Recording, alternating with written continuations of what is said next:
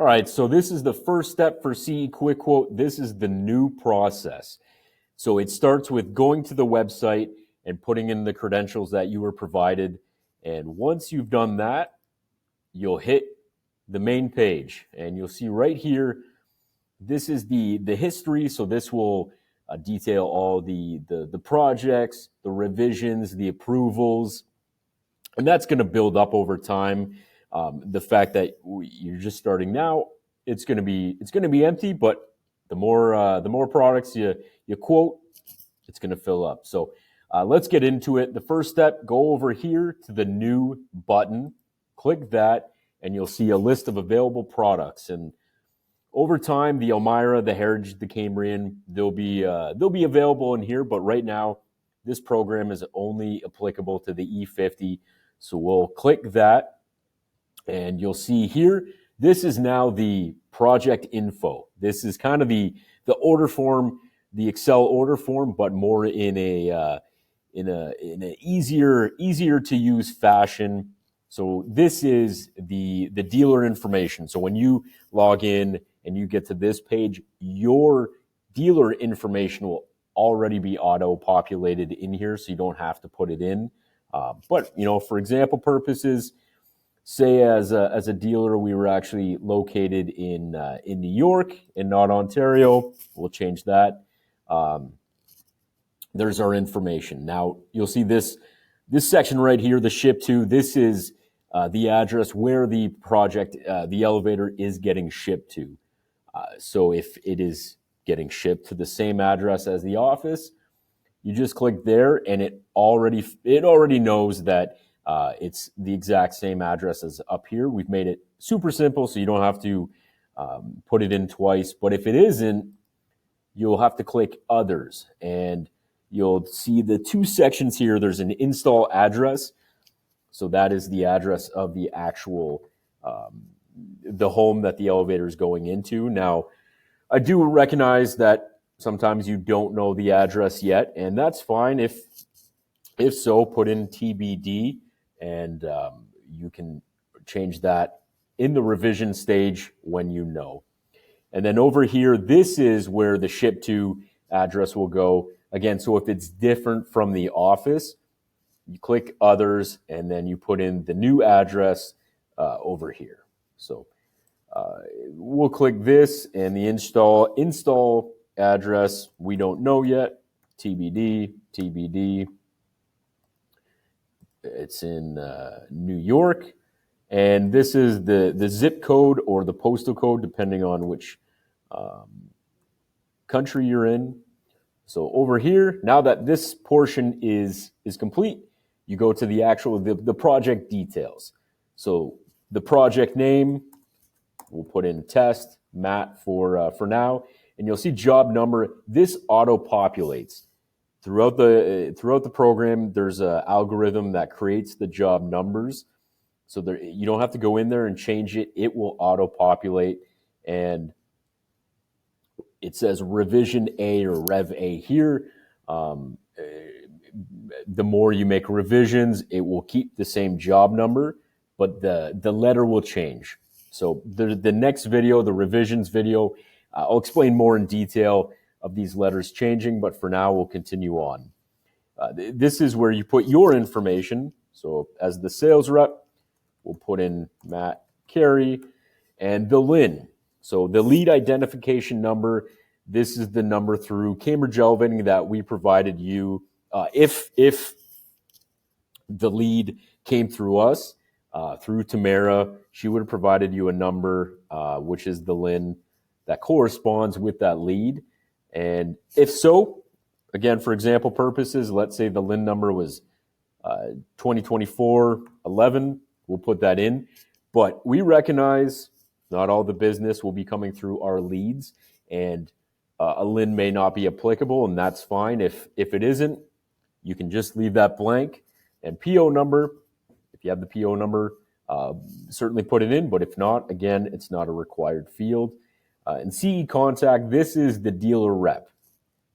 Whether it's James, Justin, or Jordan, this is where you put their information. So again, example purposes, we'll say Jordan is our dealer rep. And then lastly, email address for quote. So this would be either your address, the client's email address, but it's better to put your email address in because that's the one that's it would go to. So once that is all complete and the red is filled out, you would have noticed before that there were some areas that had red. Those were required fields. So if there wasn't anything that was red, it means it's not required, so you don't have to fill it out. If it is red, it is required. And if it isn't filled out, again, for test purposes, let's take out project name. You can't move forward. It says, please ensure all red fields are filled out before proceeding. Because it's red, that means we need to put something in there. So we'll put in test, Matt, and now all the red is gone. And the E50 cost for right now is located right here. And we're good to move on. So let's get building. So you click the next button, these arrows left and right, and now we get into the hoistway portion. So for test purposes, let's pick a 3-stop E50. The travel is 120 from the first floor, and it's 120 from the second to the third floor. Now, if say it's 300, it will automatically change right here. The total travel, including pit depth, is 426. Now, this has been created where there's blockages. So if you go and you say, oh, the travel's 500, it's going to go, nope, it can't do that. The total travel, including pit depth, exceeds max 433. So this program is smart enough to know it can't go above 433, so you need to adjust the travel to fit that max travel. So we'll put it back to 120, and then this is where you put in the actual pit depth. So if it's 10, the actual overhead is 100, you put that in. And just like the travel, if you put the pit depth as 5, it's going to automatically change to 6 inches because minimum we need 6 inches. The overhead, if you put in 80, it's going to change it to 95.75 because, again, we need minimum 96 or 95 3/4. So it will automatically change. Below, hoistway sizing. Which rail wall location? Is it going to be the left? Is it going to be the right? So for ours, let's make it the left. And minimum hoistway for the E50 is 50 by 50. So again, we'll play around with it. We'll make it 40 by 40, and it's saying, nope, can't do that. It's got to be at least 49 to 50. So we'll keep it 50 by 50. And the swing door center line, you can adjust it to how you need to according to your project. And if you need the motor, rotate the motor 180 degrees, click that. If you don't click it. Just keep it unchecked. And then right here is the swing doors. Which handing is it going to be? Is it going to be a left hand, right hand? Swing stop 1, stop 2, stop 3. So let's make stop 1 a right hand, stop 2 will be a left hand, and a stop 3 will be a right hand. So that looks good. That fits what we're looking for the hoistway. So now we're ready to move on to the finishes and options. So we'll click the arrow, takes us over to this page, and you start by putting in, first off, do you need the cabs fire rated? If you do, click that. If you don't, keep it unchecked. For our cab, we won't have it as a fire rated cab. So the ceiling, we'll pick either MDF or white melamine. Let's go white melamine. And the cab finish with E50s, You can do MDF or any of our melamines. So for consistent purposes, we'll pick white ceiling, white cab finish. And do you need a handrail? Do you not need a handrail? For ours, we'll say we need a handrail, and it's going to be a stainless steel, 1.5-inch flat stainless steel. So now we go on to more of the E50 options. If you like for your elevator, if you want remote monitoring for the E50, check it, and it gives you the prices to the right, so it's showing you the additional cost. And then as you click them, you'll see the cost go up here, which reflects all the choices you've picked under the E50 options. And so if you need disconnects, access hatch, and then if you need the resettable slack rope switch, click that. If you don't need any of them, don't click them. And then this is where you choose the interlock selection for the E50. So if you want Atlas, it's going to know that it's going to be Atlas for all the doors, and that's automatically chosen for all the stops. If it's Honeywell, then you're going to go to stop 1, and if you want any of these options, you click it. If you don't, then you just don't pick anything. But let's say we want a flush RDI flush mount bracket left-handed for stop 2. We'll peg that, and we'll keep this one blank. So that looks good.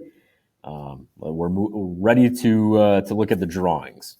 So we'll click the arrow over, and then you're going to have this. So any additional comments you need to make to our team, this is where you put it in here. So we'll just say, ignore this is a test, and it's the revision date. That is the date of the project that you've created. So today is November 8th.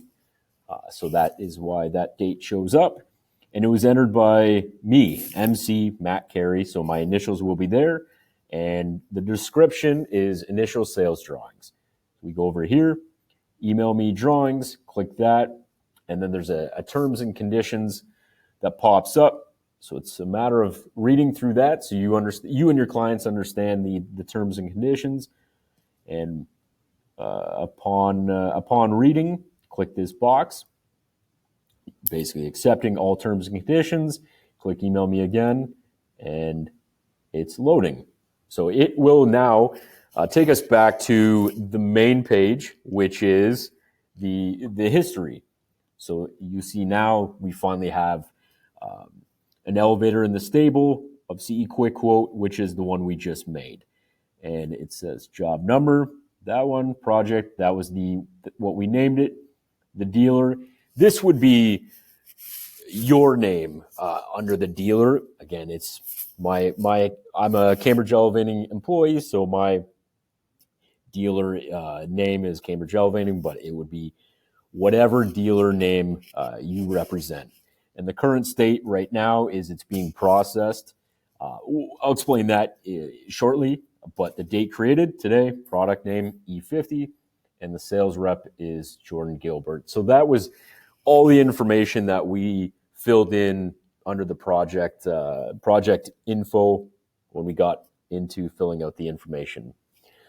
So with this current state where it's saying process, it's taking a moment to generate the drawings and everything. So if you click it, you'll see, normally you'll see a wheel, but this one was pretty quick. So everything is ready to go on to the next steps. So you'll see the copy, the revision, and an approval.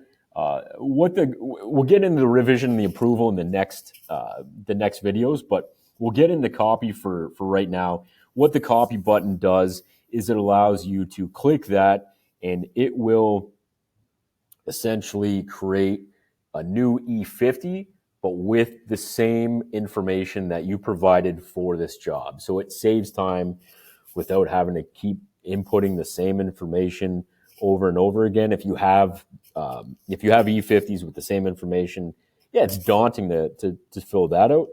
So it's a matter of pressing that copy button, and it will create a new job number and create a new project, but with the same options that you previously selected. Okay, so when you receive the email, it's going to look like this. It's going to come with an attachment, and that's the typical standard package that you would receive with when you request drawings. You now get it with that email, with the quote summary email that came within a minute or two of requesting it through CE Quick Quote. So this is one of the main benefits of this. It gives you the control of putting the information in and getting the information you need right away. So as you scroll down in the email, it's a breakdown of the quote summary. So a 3-stop E50 Elmira, 3-stop E50 cab finish, the total travel, the pit depth, the overhead, and then any additional notes you may have made. So I said, ignore this is a test, so nobody sees this and thinks it's an actual project. And then here, the total price, this is a combination of all of these prices here that equals this. And then right down here, it's letting you know that this is revision A of the project. If you need to make any changes to it, that's going to be on the next side of things, which is the revision. And then, and it's also not an approval. You need to approve that. But before we can approve, we have to revise the project. So if you're here for educational purposes, training, refreshing, please move to the next video, which is all about the CE Quick Quote revision process.